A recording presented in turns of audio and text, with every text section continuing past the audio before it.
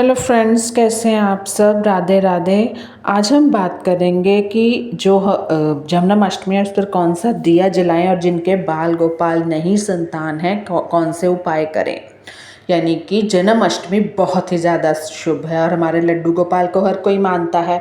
जन्माष्टमी पर लड्डू गोपाल की पूजा के दौरान दिया जलाना शुभ और महत्वपूर्ण है। दीपक को ज्ञान, प्रकाश, सकारात्मकता का प्रतीक माना जाता है। जब हम लड्डू गोपाल के सामने घी का दीपक जलाते हैं तो यह अंधकार को दूर करता है और श्री कृष्ण की दिव्य ऊर्जा को हमारे तक पहुंचाने का काम करता है। मान्यता है कि दीपक की रोशनी से घर में सुख समृद्धि आती है, नकारात्मक ऊर्जा दूर होती है। इसके अलावा पूजा के दौरान दिया जलाने से भगवान कृष्ण की कृपा मिलती है और भक्तों की सभी मनोकामनाएं पूर्ण होती हैं। तो आपको जन्माष्टमी के दिन जब उनका जैसे जन्म है तो उनको आधी रात को आपको ये दिया जलाना है। ये दिया बहुत ही कारगर उपाय है। बिना किसी को बताए करोगे तो आपके काम सिरे चढ़ेंगे। अगर हम किसी को बता देते हैं तो सामने वाले की पता नहीं कैसी वाइब्स होती हैं, पता नहीं होता वो किस नज़रिए से देख रहा है, किस नज़रिए से बात करता है। जन्माष्टमी पर कौन सा दिया जलाए। जन्माष्टमी पर तुलसी की मंजरी का दिया आधी रात में जलाना है। आपको एक बहुत ही खास चमत्कारी उपाय है।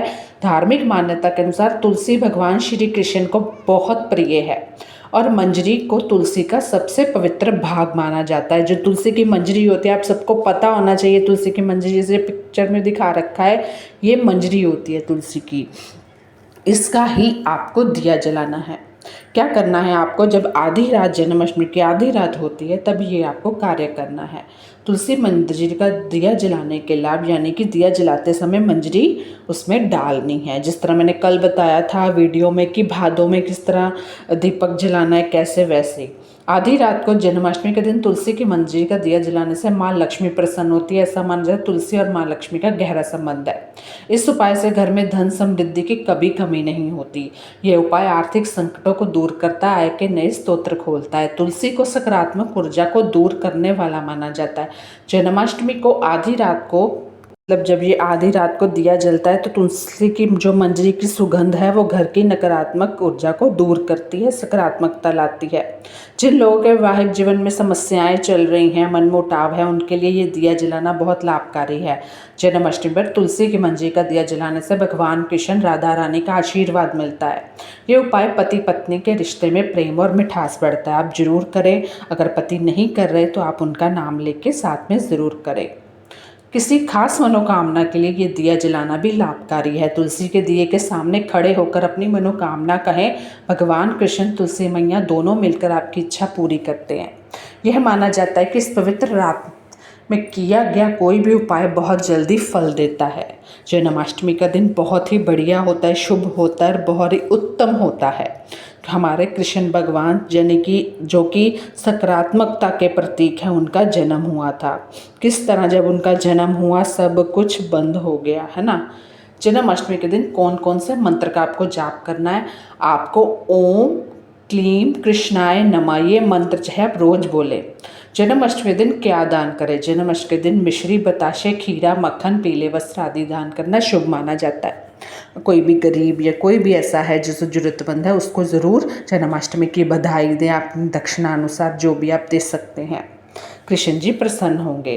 अगर आप जन्माष्टमी पर शाम के समय तुलसी के पास गाय के घी का दीपक जलाते हैं, ओम नमो भगवते वासुदेव मंत्र का जाप करते हैं और एक बार परिक्रमा करते हैं तो इससे भी संतान प्राप्ति में आ रही बाधाएं दूर होने लगती हैं। ये संतान प्राप्ति के लिए आगे जो भी मैं उपाय बता रही हूँ, मान लो आपको संतान नहीं हो रही, बहुत सारी बाधाएं हैं, तो आप जन्माष्टमी का व्रत भी रख सकते हैं। व्रत नहीं रखा जाता तो सच्चे मन से लड्डू गोपाल की सारे साल सेवा करें। जन्माष्टमी कर शंख का उपाय जन्माष्टमी दिन शंख का उपाय भी बहुत प्रभावशाली है। इस दिन भगवान श्री कृष्ण का अभिषेक शंख में दूध भरकर करने से घर में सुख समृद्धि आती है और माँ लक्ष्मी प्रसन्न होती हैं। अभिषेक के बाद इसी शंख को आपको घर के पूजा स्थान पर रखना चाहिए। मान्यता है कि शंख भगवान विष्णु को अति प्रिय और जन्माष्टमी पर इसका इस्तेमाल करने से वे और भगवान श्री कृष्ण दोनों प्रसन्न होते हैं। इससे घर की नकारात्मक ऊर्जा दूर होती है, सकारात्मकता का संचार होता है। अगर आप शंख नहीं लाए हैं या तुलसी माता नहीं लाए हैं, तुलसी माता जन्माष्टमी पर भी ला सकते हैं, बहुत ही शुभ होगा। जन्माष्टमी में करें चंदन का उपाय। अब जन्माष्टमी के दिन भगवान श्री कृष्ण को चंदन अर्पित करना बहुत ज़्यादा शुभ है। इस दिन लड्डू गोपाल को स्नान कराने के बाद उन्हें चंदन का तिलक लगाएं। ऐसा करने से श्री कृष्ण बहुत प्रसन्न होते हैं और भक्तों को उनकी विशेष कृपा मिलती है।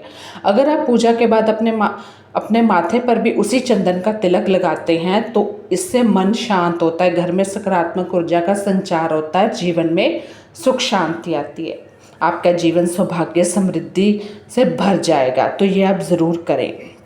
जिस तरह हम ईश्वर का आशीर्वाद उनके ही बनाए हुए हैं ना, हम उन्हीं के ही द्वारा आए हैं इस दुनिया में, तो इस तरह आप जरूर उपाय कर सकते हैं। अब है कि जब भी आपके घर में अगर कोई भी बंसी है या नहीं है या टूट गई लेके आनी है तो ये भी उपाय शुभ है। इस दिन आप श्री कृष्ण को एक सुंदर बांसुरी अर्पित करें, चाहे पूजा घर में जाके करें। इस बांसुरी को अपने घर व पाठ स्थल पर पूर्व दिशा की ओर रख लें बस एक बार। इससे घर में सकारात्मक ऊर्जा का संचार होता है, आपकी तरक्की होगी। बांसुरी को अगर अपने कार्यस्थल पर रखते हैं तो इससे व्यापार में वृद्धि तरक्की होती है, क्योंकि ये भगवान श्री कृष्ण को बहुत प्रिय है और इसे उनकी प्रेम का प्रतीक माना जाता है। नौकरी स्थल पर बांसुरी रखने से तरक्की होती है, निर्णय लेने की क्षमता बढ़ती है और उसको साफ करते रहें। अब है मोरपंख का उपाय। आपने काफ़ी उपाय सुने होंगे लेकिन ये नहीं सुना होगा। जन्माष्टमी के दिन मोरपंख का उपाय शुभ माना जाता है, क्योंकि यह भगवान श्री कृष्ण को प्रिय है।